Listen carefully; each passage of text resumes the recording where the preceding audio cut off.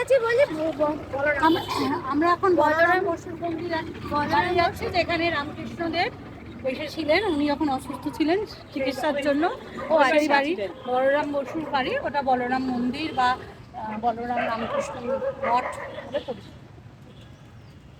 আমাদের guide right সম্পাদি great. পথে যেতে সুন্দর একটা জগন্নাথ দেবের মন্দির পড়েছিল।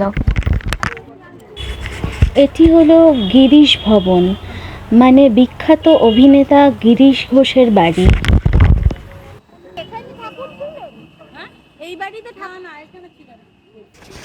পথে যেতে বোরোলিন কোম্পানির বাড়িটিও দেখা হয়ে গেল।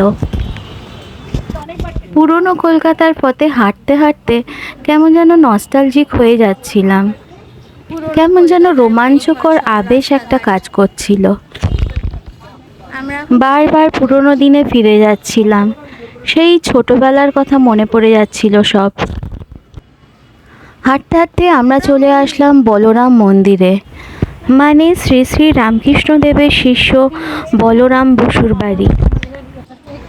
কি সুন্দর!